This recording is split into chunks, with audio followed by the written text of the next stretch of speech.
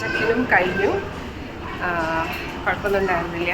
ബാഗേജെല്ലാം തിരിച്ചെടുത്തിട്ട് ഞാനിനി ഗേറ്റിൻ്റെ അവിടേക്ക് നടക്കാണ്. അങ്ങനെ വിശാലമായ ഡ്യൂട്ടി ഫ്രീ ഒക്കെ കടന്ന് ഞാൻ എൻ്റെ ഗേറ്റ് നമ്പർ ചെക്ക് ചെയ്യാനുള്ള സ്ക്രീൻ തപ്പിക്കൊണ്ടിരിക്കുകയാണ് കേട്ടോ. ഡ്യൂട്ടി ഫ്രീയിൽ കടന്നു കഴിഞ്ഞാൽ നമ്മൾ വഴി തെറ്റുമല്ലോ. പക്ഷെ ഞാൻ കൺട്രോൾ ചെയ്ത് ഇവിടെ വരെ എത്തി. മറ്റേ ഗേറ്റ് നോക്കട്ടെ. സോ ഇതാണ് എൻ്റെ ഫ്ലൈറ്റ്. കൊച്ചി 6:50 ഗേറ്റിൻ്റെ ഇൻഫർമേഷൻ തരുള്ളൂ. എനിക്ക് നല്ല അടിപൊളി ഒരു അബദ്ധം പറ്റി. ഞാൻ ഗേറ്റിൻ്റെ അവിടെ എന്താ പറയുക, ഫ്ലൈറ്റിൻ്റെ ടൈം അല്ല ഗേറ്റിൻ്റെ നമ്പർ നോക്കാൻ വേണ്ടിയിട്ട് പോയി നിന്നു. അപ്പോൾ അവർ ഡിസ്പ്ലേ ചെയ്തു 6:50 അവർ ഗേറ്റ് നമ്പർ ഡിസ്പ്ലേ ചെയ്യുള്ളൂ. അപ്പോൾ എനിക്ക് സമയമുണ്ട്. അപ്പോൾ ഞാൻ വീണ്ടും ബാക്കിലേക്ക് തിരിഞ്ഞിട്ട് ഡ്യൂട്ടി ഫ്രീയിലൊക്കെ വെറുതെ ഒന്ന് മേടിച്ചില്ല, വെറുതെ ഒന്ന് വായി നോക്കി നടന്നു.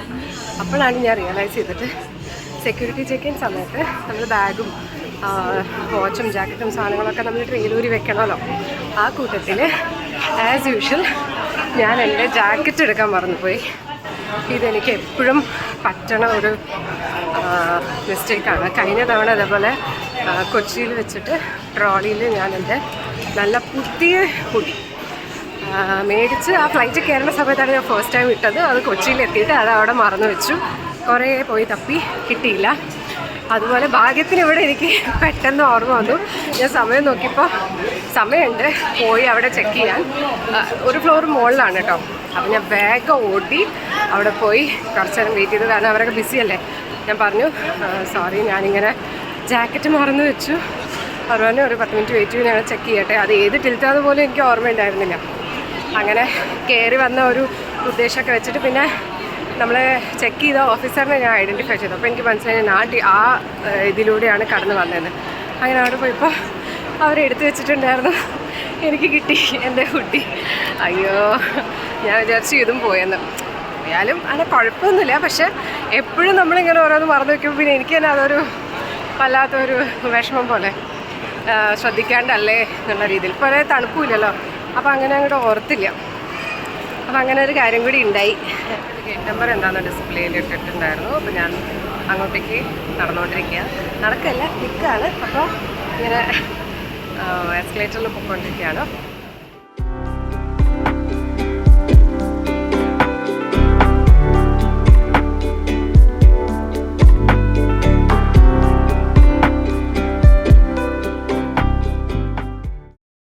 ഞാൻ പോണത് ഹീത്രോ എന്നല്ല, ഇത്തവണ ഗാറ്റ്വിക്കിൽ നിന്നാണ്. ഇത് ഡയറക്റ്റ് എയർ ഇന്ത്യ ഫ്ലൈറ്റാണ് ടു കൊച്ചി. അറിയാലോ, നാട്ടിലേക്ക് ഡയറക്റ്റ് ഫ്ലൈറ്റ്സ് വളരെ കുറവല്ലേ. As of now Air India മാത്രമാണ് ഓപ്പറേറ്റ് ചെയ്യുന്നത്. അപ്പോൾ പക്ഷേ അത് ഹീത്രോ എന്നല്ല, ഗാറ്റ്വിക്കിൽ നിന്നാണുള്ളത്. അതും വീക്ക്ലി 3 ദിവസമേ ഉള്ളൂ ഫ്ലൈറ്റ്സ്, എന്നുമില്ല. അപ്പോൾ ഒറ്റയ്ക്ക് പോകുന്നതുകൊണ്ട് ഞാൻ പിന്നെ ഡയറക്റ്റ് ആയിരിക്കും ബെറ്റർ എന്ന് വിചാരിച്ചിട്ട് ഡയറക്റ്റാണ് ബുക്ക് ചെയ്തിരിക്കുന്നത്. എൻ്റെ ഫസ്റ്റ് ടൈം എക്സ്പീരിയൻസ് ആണ് air India. I think domestic ഒരു പ്രാവശ്യമായിട്ട് ഞാൻ എടുത്തിട്ടുണ്ടായിരുന്നു, ഒരുപാട് മുന്നേ, കൊച്ചി ടു മുംബൈ ആണെന്ന് തോന്നുന്നു. അപ്പോൾ international experience with air India, അതും ഡയറക്റ്റ് ഫ്ലൈൻ. 10 മണിക്കൂറുണ്ട് ട്രാവൽ ഡിസ്റ്റൻസ് ഏകദേശം. എങ്ങനെയായിരിക്കും എന്നുള്ളതൊക്കെ ഞാൻ നിങ്ങളുടെ അടുത്ത് ഷെയർ ചെയ്യുന്നതായിരിക്കും കേട്ടോ. ഇതാണ് എൻ്റെ ഗേറ്റ്. ഇവിടെ ഫ്ലൈറ്റ്സൊക്കെ പുറത്ത് പാർക്ക് ചെയ്തിരിക്കുന്നത് കാണാൻ പറ്റും. അധികം ദൂരമില്ല. പിന്നെ ഇത് ഹീത്രോനെ പോലെ ഭയങ്കര വലിയ എയർപോർട്ടല്ല കേട്ടോ. ലൈക്ക് കമ്പയർ ടു ഹീത്രോ ഒരുപാട് വലിയ എയർപോർട്ടൊന്നുമല്ല. അപ്പോൾ ഇവിടുത്തെ ബോർഡിംഗ് ക്യൂവിൽ ജോയിൻ ചെയ്യാം. ഇതായിരിക്കണം എൻ്റെ ഫ്ലൈറ്റ് എന്ന് ഞാൻ വിചാരിക്കണം. അങ്ങനെ ഫ്ലൈറ്റിൽ കയറി എൻ്റെ സീറ്റ് നമ്പേഴ്സ് തപ്പിക്കൊണ്ടിരിക്കുകയാണ് ഞാൻ.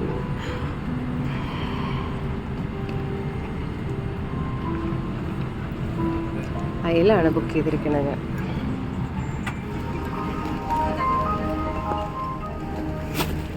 ഈ ഫ്ലൈറ്റ് ടേക്ക് ഓഫ് ചെയ്യാൻ ആക്ച്വലി 2 മണിക്കൂർ ഡിലേ ആയിട്ടുണ്ടായിരുന്നു കേട്ടോ. അങ്ങനെ ടേക്ക് ഓഫ് ചെയ്ത് കഴിഞ്ഞാൽ ഇമ്മീഡിയറ്റ്ലി അവർ ഞങ്ങൾക്ക് ഫുഡൊക്കെ സെർവ് ചെയ്തു. അപ്പോൾ ഞാനൊരു non veg meal pre book ചെയ്തിട്ടുണ്ടായിരുന്നു. അപ്പോൾ എനിക്ക് കിട്ടിയത് ഒരു ചിക്കൻ കറി, പിന്നെ റൈസ്, അതിലൊരു വെജിറ്റബിൾ കറി അല്ല വെജിറ്റബിൾ, പൊട്ടാറ്റോയും കോളിഫ്ലവറും കൂടിയിട്ടുള്ളൊരു വെജിറ്റബിൾ, പിന്നെ ഒരു സാലഡ്, ഈ ചിക്ക് പീസും പൊട്ടാറ്റോയും കൂടിയിട്ടുള്ള ഒരു സാലഡ്, പിന്നെ ഡെസേർട്ടിൽ അവർ ഒരു മാംഗോ മൂസ് പ്രൊവൈഡ് ചെയ്തിട്ടുണ്ടായിരുന്നു. അത് നല്ല ടേസ്റ്റി ആയിരുന്നു, നല്ല സോഫ്റ്റും നല്ല അടിപൊളിയായിരുന്നു. ഫുഡ് മൊത്തത്തിലെല്ലാം നല്ല ടേസ്റ്റി ആയിരുന്നു, പിന്നീട് സെർവ് ചെയ്തതായാലും. പിന്നെ ഇതിൻ്റെ ഒരു ഫ്ലൈയിങ് എക്സ്പീരിയൻസ് റിവ്യൂ ആയിട്ട് പറയാനാണെന്നുണ്ടെങ്കിൽ എനിക്ക് തോന്നിയിട്ടുള്ളത് ഇവരിപ്പോഴും ഓപ്പറേറ്റ് ചെയ്യുന്നത് വളരെ പഴയ ഫ്ലൈറ്റ്സ് ആണ്. അപ്പോൾ അതുകൊണ്ടുള്ള ചില ടെക്നിക്കൽ ഇഷ്യൂസ് ആണ്.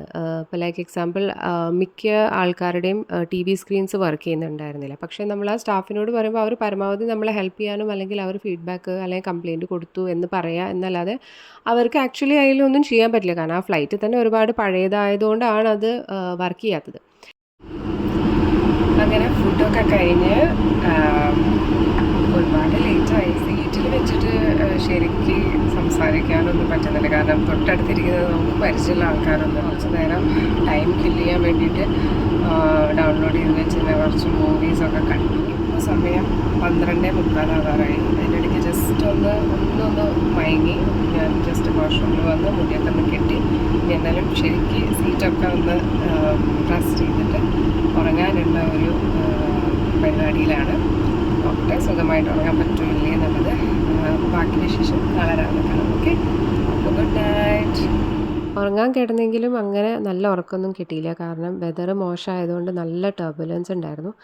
അങ്ങനെ ഇടയ്ക്ക് എപ്പോഴോ കണ്ണ് തുറന്ന് നോക്കിയ സമയത്ത് ഞാൻ കണ്ട ഒരു കാഴ്ചയാണ്. നമ്മൾ ആ എത്തിയ സ്ഥലത്ത് സൺറൈസ് ആവാറായും തോന്നുന്നു.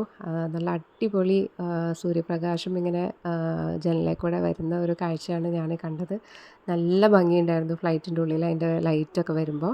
അങ്ങനെ വീണ്ടും ബ്രേക്ക്ഫാസ്റ്റിൻ്റെ സമയമായി. അതും ഞാൻ നോൺ വെജ് ബുക്ക് ചെയ്തിട്ടുണ്ടായിരുന്നു. പക്ഷേ ഓപ്ഷൻസ് ചോദിച്ചപ്പോൾ അതിൽ സോസേജും ചീസ് ഓംലെറ്റും ആയിരുന്നു. അപ്പോൾ ഞാൻ പറഞ്ഞു എനിക്ക് വെജ് മതി. കാരണം വെജിൽ ഇഡ്ഡലിയും ഉപ്മ പിന്നെ ക്രൊസാൻറ്റ് ഇതൊക്കെയായിരുന്നു. അപ്പോൾ ഞാൻ വിചാരിച്ചു എന്നാൽ ഇഡ്ഡലിയും സാമ്പാറും കഴിക്കാം. കാരണം രാവിലെ അല്ല, അപ്പോൾ അധികം ഓയിലി കഴിക്കേണ്ട, ഈ ചീസും അങ്ങനെയൊന്നും വേണ്ട എന്ന് വിചാരിച്ചിട്ട് ഞാൻ വെജ് ഓപ്ഷനാണ് മേടിച്ചത്. അതും നല്ല ടേസ്റ്റി ആയിരുന്നു കേട്ടോ. ഫുഡിനൊന്നും ഒരു മോശവും പറയാനില്ല. എൻ്റെ കൂടെ ഒരു ഓറഞ്ച് ജ്യൂസ് ഉണ്ടായിരുന്നു, വെള്ളം, പിന്നെ ഒരു ഷോർട്ട് ബ്രെഡിൻ്റെ പാക്കറ്റ്, ജാമും ബട്ടറും അങ്ങനെ എല്ലാം ഉണ്ടായിരുന്നു. ഫുഡ് നല്ല ടേസ്റ്റി ആയിരുന്നു.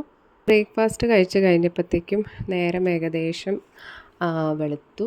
എന്നാലും ആൾക്കാർ എല്ലാവരും ഒരു പകുതി മയക്കത്തിൽ അങ്ങനെ ആയിരുന്നു.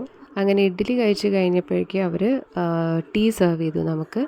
അപ്പോൾ ബ്ലാക്ക് ടീയും അതിൻ്റെ കൂടെ ഷുഗറും മിൽക്കും പ്രൊവൈഡ് ചെയ്തിട്ടുണ്ടായിരുന്നു. ഫൈനലി നമ്മുടെ ലാൻഡിങ് അനൗൺസ് ചെയ്തു പൈലറ്റ്. അപ്പോൾ അതേ ഈ കാണുന്ന പോലെ നമ്മൾ ഓൾമോസ്റ്റ് കൊച്ചി എത്തി. അങ്ങനെ ഞാൻ ലാൻഡ് ചെയ്തു. ഫ്ലൈറ്റ് ഭയങ്കര ഡിലേ ആയിരുന്നു. ആദ്യം അവർ പറഞ്ഞു എന്തോ ടെക്നിക്കൽ ഇഷ്യൂ ആണ്.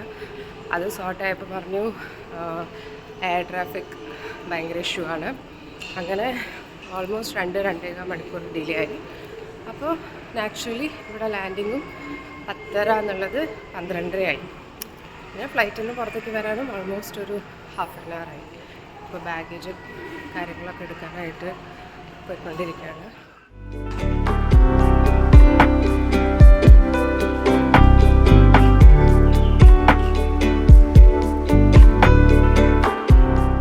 അപ്പോൾ വീട്ടിലെത്തിയിട്ട് കുളിയൊക്കെ കഴിഞ്ഞു.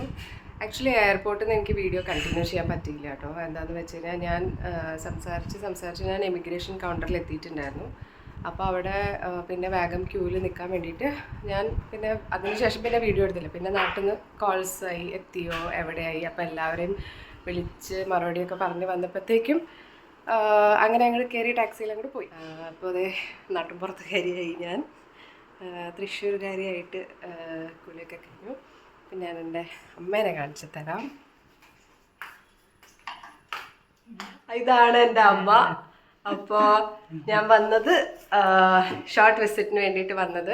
അമ്മേനെ കുറച്ച് നാളത്തേക്ക് UK ഒന്ന് കാണിക്കാൻ വേണ്ടിയിട്ടാണ് ഞാൻ വന്നത്. ഇന്നത്തെ അമ്മ സ്പെഷ്യൽ കൂടി കണ്ടിട്ട് ഞാൻ ഈ വ്ളോഗ് ഇവിടെ ഫിനിഷ് ചെയ്യാണ്. ബാക്കി വിശേഷങ്ങൾ നമുക്ക് നാളെ. സാമ്പാറല്ലേ ഇത്?